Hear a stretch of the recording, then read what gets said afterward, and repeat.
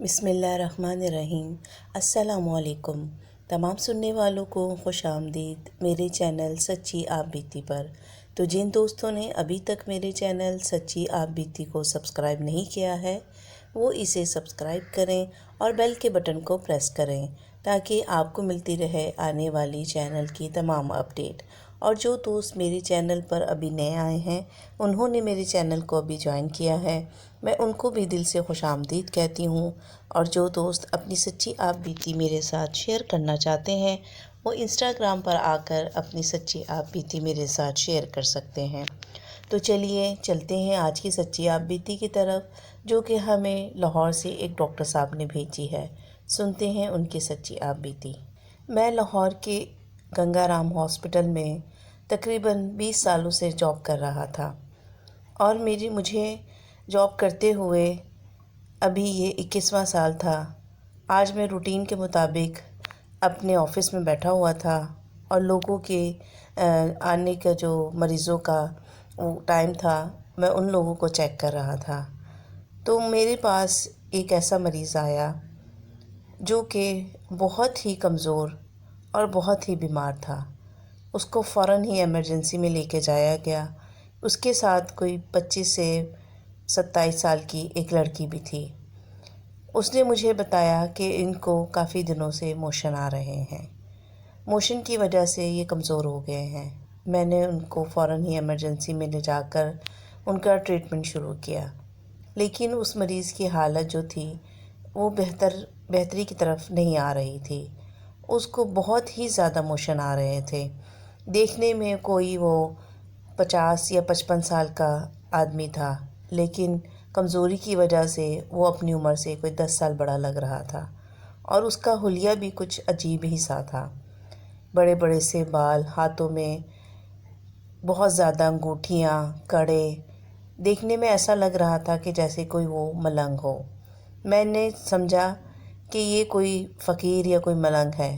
میں نے اس کے ساتھ جو آئی ہوئی تھی عورت، اس کو اس کی بیٹی سمجھا۔ میں نے اس کو پوچھا کہ تمہارے باپ کی یہ حالت کب سے ہے؟ تو اس نے مجھے تھوڑی دیر کے بعد جواب دیا۔ اس نے یہ کہا کہ یہ میرا باپ نہیں، یہ میرا شوہر ہے۔ مجھے تو تھوڑا سا جھٹکا لگا کہ اتنی جوان لڑکی اور اس طرح کے مرد کے ساتھ۔ خیر، میں نے اس سے اس کی ساری تفصیل پوچھی، اس کی ہسٹری معلوم کی کہ کب سے اس کو موشن آ رہے ہیں، کیا کیا اس کا مسئلہ ہے۔ تو اس نے بتایا کہ آج سے تقریباً 5 سے 6 سال پہلے بھی ان کی یہی حالت ہو گئی تھی، کیونکہ ان کے جو موشن آتے ہیں وہ رکنے کا نام ہی نہیں لیتے۔ پانی بھی ڈالتے ہیں منہ میں تو فوراً نکل جاتا ہے، لیکن ان کا علاج ہوا تھا، اس کے بعد یہ ٹھیک ہو گئے تھے۔ اب یہ پھر کچھ دنوں سے ان کو اسی طرح کے موشن آ رہے ہیں۔ میں نے اس کو کہا کہ تم فکر نہیں کرو، انشاءاللہ یہ ٹھیک ہو جائیں گے۔ ہم نے ان کو ایڈمٹ کر دیا، لیکن صبح سے شام تک اس کی حالت مزید بگڑ گئی۔ پھر ہمیں اس کو ICU میں ایڈمٹ کرنا پڑا۔ وہ مریض بجائے بہتری کی طرف وہ مزید ہی نیچے جاتا گیا۔ کوئی بھی دوائی اس پہ اثر نہیں کر رہی تھی۔ میں نے اپنی تمام کوشش اس پہ کی، لیکن اس کے موشن کسی بھی صورت رکنے کا نام نہیں لے رہے تھے۔ خیر، میں نے اس کو ایڈمٹ کیا اور میں اپنے روٹین کا کام ہاسپٹل کا نپٹانے لگا۔ جب میں شام میں واپس اپنے گھر آنے لگا تو میں نے کہا کہ چلو اس کو چیک کرتے ہوئے جاتے ہیں۔ جب میں اس کو چیک کرنے ICU میں گیا تو وہ مریض اسی طرح بے سود پڑا ہوا تھا۔ میں نے اپنی جو نرس تھی اس کو ہدایت دی کہ جو ان کو انجیکشن یا دوائی دینی ہے۔ اس کے بعد میں گھر آ گیا۔ گھر آنے کے بعد میں اس کے بارے میں سوچنے لگا، کیونکہ اس مریض کا حلیہ بہت ہی عجیب سا تھا، اور اس کے پاس سے ایک عجیب طرح کی سمیل آ رہی تھی، جو کہ مجھے سمجھ میں نہیں آئی کہ وہ کس چیز کی ہے۔ لیکن اس کے پاس سے جو سمیل تھی اس نے میرا دماغ خراب کر دیا، کیونکہ بہت ہی گندی سمیل تھی۔ اور میری جو نرس اور ڈاکٹر تھے، میرے ہیلپر، وہ بھی مجھے اسی چیز کی شکایت کرنے لگے کہ اس کے پاس سے سمیل آ رہی ہے۔ میں نے کہا ہو سکتا ہے موشن یا کچھ دراصل کپڑے چینج نہیں کیے اس کی وجہ سے ہو گئی۔ خیر، میں یہ سوچتا ہوا پھر اگلے دن جب میں دوبارہ اپنے ہاسپٹل پہنچا تو مجھے میری اسسٹنٹ جو نرس تھی اس نے آ کر بتایا کہ ڈاکٹر صاحب اس مریض کی حالت بالکل بھی بہتر نہیں ہے، کیونکہ ہم نے تمام اس پہ انجیکشن، ڈرپیں، سب کچھ اپنی طرف سے کوشش کی ہے، لیکن اس کے موشن ہے کہ رکنے کا نام نہیں لے رہے۔ خیر میں اپنے مریضوں سے فارغ ہوا اور پھر میں اس کی طرف گیا۔ جب میں اس کے پاس پہنچا تو مجھے جو بدبو تھی اس نے مجھے اس کے پاس زیادہ دیر کھڑے ہونے ہی نہیں دیا۔ خیر میں نے بڑی مشکلوں سے اس کا چیک اپ کیا اور وارڈ بوائے سے کہہ کر میں نے اسے کہا کہ آپ لوگ اس کو ہاسپٹل کا ڈریس چینج کروائیں، اس کے ہی کپڑے اس کو اتار دیں، اور ان لوگوں نے اس کے وہ کپڑے چینج کروا دیے۔ پھر شام میں واپسی میں اس کے پاس گیا اور میں نے اس کو چیک اپ کیا تو اس کی جو تھی حالت وہیں جوں کی توں تھی۔ میں بھی تھوڑا سا پریشان ہو گیا کہ آخر اس پہ یہ دوائی کیوں نہیں اثر کر رہی۔ پھر میں نے کہا کہ اس کے ساتھ جو لڑکی تھی اس کو بلاؤ، اس کی بیوی کو، اور میں اپنے آفس میں جا کر بیٹھ گیا۔ اور میں نے جب وہ لڑکی آئی تو میں نے اس کو پوچھا کہ اس کو کتنے دنوں سے موشن آ رہے ہیں۔ اس نے کہا کہ تقریباً آج چوتھا دن ہے، یہ موشن رکنے کا نام نہیں لے رہے۔ میں نے اس سے پوچھا کہ جب ان کو پہلے بھی موشن آئے تھے تو آپ لوگوں نے کیا ایسی دوائی استعمال کی یا کون سے ہاسپٹل میں ان کو دکھایا؟ تو اس نے مجھے جس ہاسپٹل کا نام بتایا وہ کافی مہنگا ہاسپٹل تھا۔ میں نے کہا اچھا چلو ٹھیک ہے، لیکن میں نے بھی اپنی طرف سے تمام کوشش کی ہے، لیکن اس کی موشن ہے کہ رکنے کا نام نہیں لے رہے۔ خیر وہ بیچاری تھوڑی پریشان تھی۔ میں نے اسے کہا کہ ہو سکتا ہے اس کے لیے ہمیں دوسرے ہاسپٹل میں اس کو بھیجنا پڑے۔ تو اس نے کہا کہ نہیں، میں دوسرے ہاسپٹل کا خرچہ نہیں اٹھا سکتی، کیونکہ میرے پاس رقم نہیں ہے، اور یہ میرا شوہر بھی جو ہے وہ بھی رکشہ چلاتا ہے، تو میں جو بھی میرے پاس جمع پونجی تھی وہ میں نے اس کے علاج پر لگا دی۔ میں نے اس کو کہا کہ تم فکر نہیں کرو، میں اپنے دوستوں سے اور ان سے بات کر کے مخیر حضرات سے اس کو کسی اچھے ہاسپٹل میں ایڈمٹ کروانے کی کوشش کرتا ہوں، لیکن وہ بضد تھی کہ آپ اس کو اسی ہاسپٹل میں علاج کریں۔ خیر میں نے اس کی بات مان لی اور اس کو وہیں رہنے دیا۔ میں اپنا جو کام تھا وہ جاری رکھا ہوا تھا۔ اللہ کا شکر تھا کہ اب کچھ بہتری اس کے موشن میں آئی تھی، لیکن اس کمزوری کی وجہ سے اور کچھ اور بھی اس کو بیماریاں تھیں جس کی وجہ سے وہ بہتری کی طرف نہیں آ رہا تھا۔ خیر میں نے اس کے ٹیسٹ کچھ لکھ کر دیے اور اس کی بیوی سے کہا کہ تم اس کے یہ ٹیسٹ کروا لو، اور ٹیسٹ کی رپورٹ جب آئے گی تو مجھے آ کے دکھانا، اور میں اس کا علاج اپنی طرف سے جتنا مجھ سے ہو سکے گا میں اس کا علاج کروں گا۔ خیر 3 سے 4 دن کے بعد اس کی بلڈ کی رپورٹ آئی، جس کو دیکھ کر میں بے حد پریشان ہوا، اور میں نے اس کی بیوی سے کہا کہ تمہارے شوہر کو جو بیماری ہے وہ بہت ہی خطرناک ہے۔ وہ عورت بالکل ہی پڑھی لکھی نہیں تھی۔ میری اس بات کو سن کر وہ تھوڑا سا گھبرا گئی اور رونے لگی۔ اس نے مجھے کہا کہ میرے شوہر کو کون سی بیماری ہے؟ تو میں نے کہا کہ بی بی تمہارے شوہر کو ایڈز ہے، اور یہ بہت ہی خطرناک بیماری ہے اور یہ آخری سٹیج پر ہے۔ تو میری یہ بات سن کر وہ بہت زیادہ رونے لگی۔ تو میں نے اس سے کہا کہ تم بھی اپنا چیک اپ کرواؤ، کیا پتہ تمہیں بھی یہ بیماری نہ ہو۔ وہ کہنے لگی کہ مجھے یہ بیماری ہو بھی سکتی ہے، کیونکہ میں اس کے ساتھ تقریباً 8 سے 9 سال سے ہوں اس کے ساتھ۔ میں نے اس کو کہا کہ تم اپنی پوری تفصیل مجھے بتاؤ۔ میں نے اس سے کہا کہ اگر تم برا نہ مانو تو مجھے تم یہ بتاؤ کہ تمہارا شوہر تم سے عمر میں کافی بڑا ہے، اس کی ایسی کیا مجبوری ہے کہ تم نے اس سے شادی کی؟ تو اس نے مجھے کہا کہ میں آپ کو ایک شرط پر اپنی تمام کہانی بتاؤں گی کہ آپ یہ بات کسی اور کے ساتھ شیئر نہیں کریں گے۔ میں نے اس سے کہا کہ ٹھیک ہے، لیکن ابھی میرے جانے کا وقت تھا، تو میں نے کہا کہ کل آ کر میں تم سے تمہاری تفصیل سے ساری کہانی سنوں گا۔ پھر میں اپنے گھر چلا گیا، اور پھر دوسرے دن مجھے بڑی بے چینی سے انتظار تھا کہ میں اس ملنگ کی بیوی کو بلا کر اس کی تمام کہانی سنوں، کیونکہ مجھے کچھ اس بات میں کچھ انہونی لگ رہی تھی کہ وہ اتنی جوان اور وہ اتنا بوڑھا، اور شکل صورت میں وہ بھی لڑکی کافی خوش شکل تھی، اور وہ جو مرد تھا وہ اس کی شکل تو بہت ہی اللہ معافی کرے کہ خراب شکل تھی۔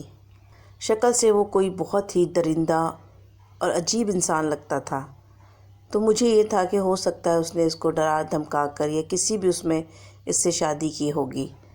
دوسرے دن جب میں اپنے آفس پہنچا، اپنے ہاسپٹل، تو اپنے مریضوں کو نپٹا کے میں نے اپنے چپڑاسی سے کہا کہ اس کو جا کے بلا کر لاؤ، اس ملنگ کی بیوی کو، کیونکہ وہ بھی اتنے دنوں سے اس کے ساتھ ہاسپٹل میں ہی تھی، وہ گھر نہیں جاتی تھی کیونکہ وہ اس کے پاس ہی بیٹھی رہتی تھی۔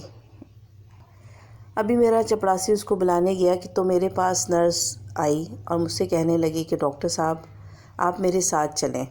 تو میں نے کہا کہ کہاں؟ تو اس نے کہا کہ وہ آئی سی یو میں اس ملنگ کے پاس چلیں، میں نے آپ کو کچھ دکھانا ہے۔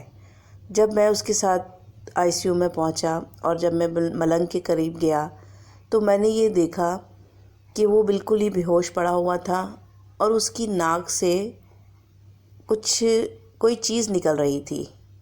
تو میں نے ذرا غور کیا تو پتہ چلا کہ اس کی ناک سے کیڑے تھے جو کہ وہ باہر آ رہے تھے، کالے کالے سے کلر کے اور سفید کالے کلر کے کیڑے سے تھے جو اس کی ناک سے باہر آ رہے تھے، جس کو کہ آپ سنڈیاں کہہ لیں، وہ تھی اس کی ناک سے باہر آ رہی، جس کو دیکھ کے میرا دل بہت ہی خراب ہوا۔ میں نے اس سے کہا کہ یہ کیا ہے؟ تو اس نے کہا کہ ڈاکٹر صاحب رات سے جب میں اس کے پاس آئی انجیکشن لگانے تب میں نے اس کو دیکھا کہ اس کے منہ کے اوپر کوئی چیز چل رہی ہے۔ جب میں نے غور کیا تو وہ یہ کیڑے تھے۔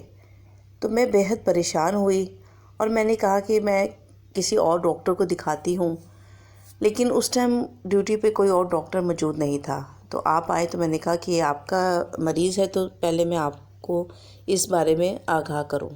خیر میں کافی ٹائم اس کے پاس کھڑا رہا اور اس چیز کا معائنہ کرتا رہا، اور وہ مریض تھا، اس کی آنکھیں بالکل بند تھی، سمجھ لیں کہ وہ ایک بے جان سی چیز، مردہ سا وہ اپنے بستر پر پڑا ہوا تھا۔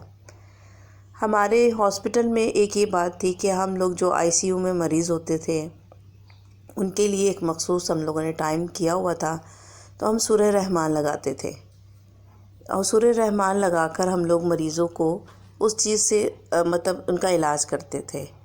میری جو نرس تھی اس نے مجھے بتایا کہ ڈاکٹر صاحب رات جب سورہ رحمان چل رہی تھی اور میں اس کے پاس انجیکشن لگانے آئی ہوں تو میں نے یہ چیز نوٹ کی کہ اس کے چہرے کے اوپر یہ سنڈیاں سی چل رہی ہیں، اور جب صبح میں نے دیکھا کہ جب میں دوبارہ اس کے پاس آئی ہوں سورہ رحمان اس ٹائم نہیں چل رہی تھی، اس ٹائم مطلب ہم لوگوں نے بند کی ہوئی تھی، تو اس ٹائم اس کے چہرے کے اوپر یا جسم پہ یا کہیں پہ بھی ناک کے پاس کچھ بھی ایسی چیز نہیں تھی۔ لیکن اب جب میں تھوڑی دیر پہلے میں نے دوبارہ سورہ رحمان چلائی ہے اور میں یہ دیکھنے کے لیے اس کے پاس آئی ہوں کہ آیا یہ چیز اس کے ساتھ دوبارہ ہو رہی ہے یا میرا وہم ہے۔ جب میں اس کے پاس آئی تو دوبارہ سے یہی جو تھے کیڑے اس کی ناک سے اور اس کے منہ سے باہر آ رہے ہیں، جس کو دیکھ کے میں واقعی بہت زیادہ پریشان ہوا، اور میں نے کہا کہ تم سورہ رحمان چلا کر رکھو، اور میں نے کہا کہ میں اس کی بیوی سے بات کرتا ہوں، آیا کہ ایسی کیا بات ہے کہ یہ مریض ٹھیک ہونے کی بجائے مزید نیچے ہی جاتا جا رہا ہے۔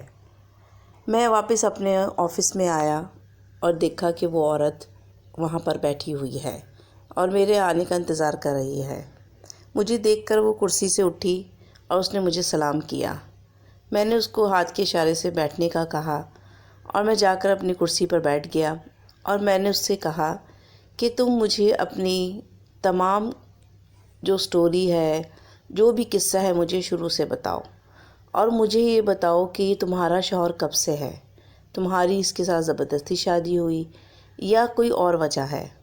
تو اس نے روتے ہوئے مجھے کہا کہ میں بدبخت عورت ہوں جو کہ میں اس آدمی کے چنگل میں پھنس گئی، میرا ہنستا بستا گھر تھا، میں اپنے گھر میں بہت خوش تھی، میرا شوہر مجھ سے بے حد محبت کرتا تھا، بس میری جہالت کہہ لیں یا میری بد نصیبی کہ میں اپنی کسی بتائی ہوئی عورت کے چکر میں آ کر اس کی باتوں میں پڑ گئی، کیونکہ میری ساس مجھے بہت زیادہ تنگ کرتی تھی، اس نے میرا جینا حرام کیا ہوا تھا۔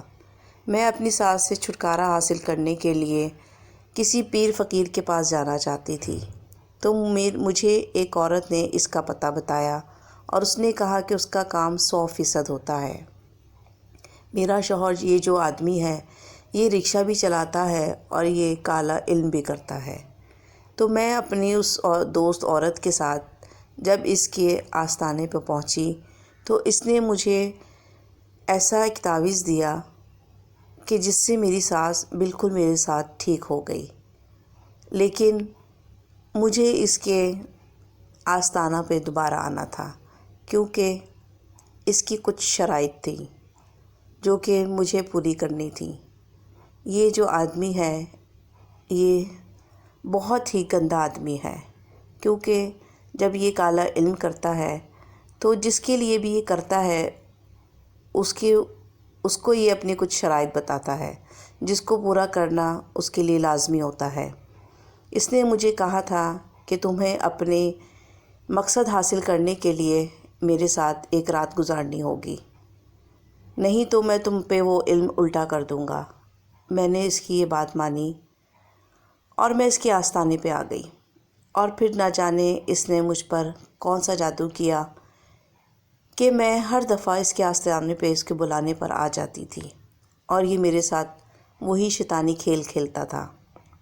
ایک طرف سے تو جب میری ساس میرے ساتھ ٹھیک ہو گئی تو میرا شوہر میری ان حرکتوں کی وجہ سے مجھ سے دور ہو گیا، اور پھر اس کے کہنے پر، اس کے پتہ نہیں جادو تھا کیا تھا، اس کے کہنے پر میں نے اپنے شوہر اور اپنے بچوں کو چھوڑ دیا اور اس کے ساتھ رہنے لگی۔ اس نے مجھے کہا کہ تمہیں میرے ساتھ ایسے ہی رہنا ہوگا، میں تم سے ابھی شادی نہیں کر سکتا۔ خیر میرے پاس کوئی اور ٹھکانہ نہیں تھا اس کے علاوہ کہ میں کہاں جاتی۔ میرا شوہر مجھے اپنے گھر میں برداشت نہیں کرتا تھا اور میں اس کی ان گندی حرکتوں کی وجہ سے بہت زیادہ پریشان تھی۔ میری مجبوری تھی اس کے ساتھ رہنا، اور پھر نہ جانے کتنے سال اسی طرح گزر گئے۔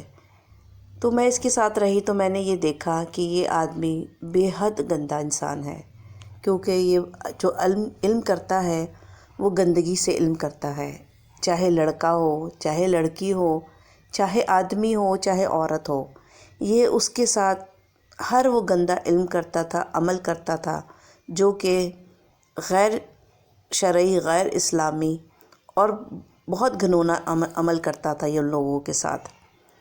اور مجھے لگتا ہے کہ یہ سب کچھ اس کی انہی حرکتوں کی وجہ سے ہے۔ میں نے بعض دفعہ اس کو بہت سمجھانے کی کوشش کی اور اس سے کہا کہ تم یہ کام چھوڑ دو، مجھے اس چیز سے بہت ڈر لگتا ہے کہ اس کا انجام بہت برا ہوگا۔ تو یہ میری ان باتوں سے ہنستا تھا اور مجھے کہتا تھا کہ میں وہ بھی کام کر لیتا ہوں جو کہ ناممکن ہو۔ دیکھو تم کس طرح میرے قدموں میں پڑی ہوئی ہو، کیونکہ تم مجھے پسند آ گئی تھی اور میں نے اپنے علم سے تجھے اپنے پاس بلا لیا، اور دیکھ تجھ سے نکاح بھی نہیں کیا اور تیرے ساتھ کس طرح رہ رہا ہوں۔ میں بھی اس چیز سے بہت ڈرتی تھی اور اللہ سے معافی بھی مانگتی تھی کہ اللہ مجھے معاف کر دے، کیونکہ اس کے چنگل میں پھنس کر میں نے بھی بے انتہا غلط کام کیے تھے۔ لیکن اب جب میں اس کی یہ حالت دیکھتی ہوں تو مجھے بھی اپنا انجام اس سے الگ نظر نہیں آتا، کیونکہ میں نے بھی اس کی باتوں میں آ کر بہت سی لڑکیوں کے لیے بہت غلط کام کیے ہیں، اور اس نے اس لڑکیوں سے بہت فائدہ اٹھایا ہے۔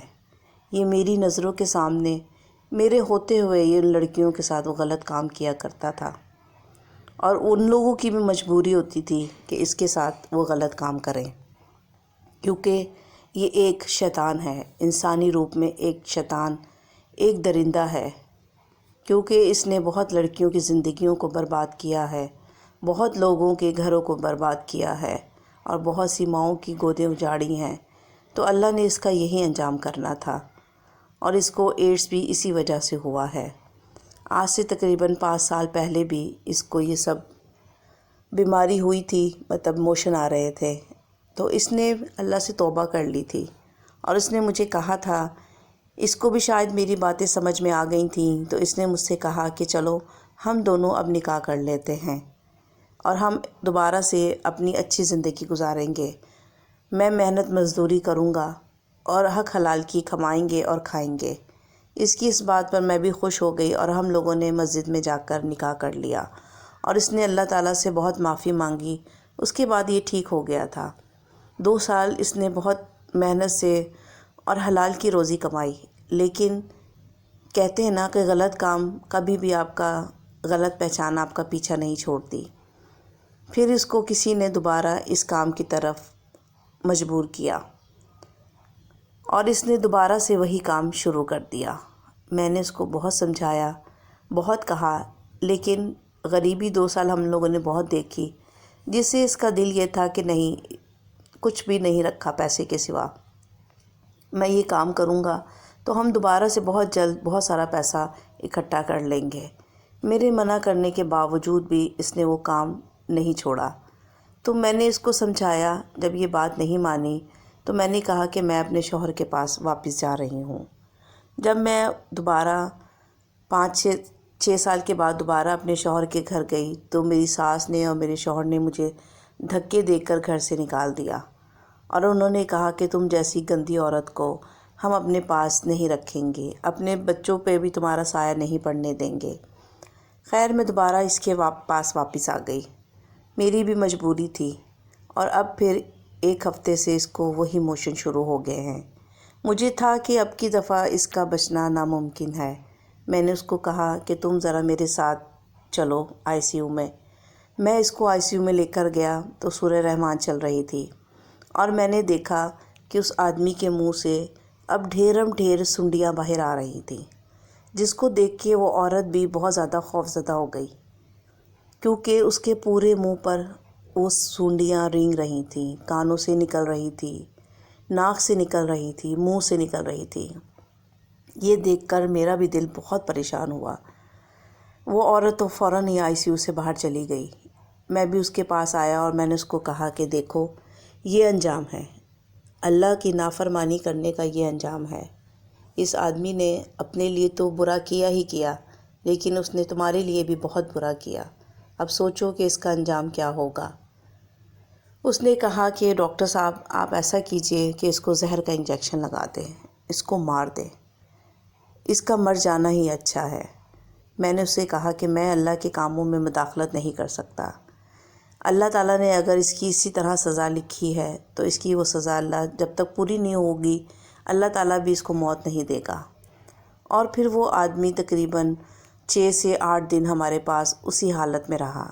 جب ہم لوگ سورہ رحمان کی تلاوت کو بند کیا کرتے تھے تو وہ کیڑے تھے وہ واپس اس کے جسم کے اندر چلے جایا کرتے تھے، اور جب سورہ رحمان چلتی تھی تو وہ جو کیڑے تھے اس کے جسم سے باہر آتے تھے، وہ ہزاروں کی تعداد میں اس کے جسم سے باہر آتے تھے۔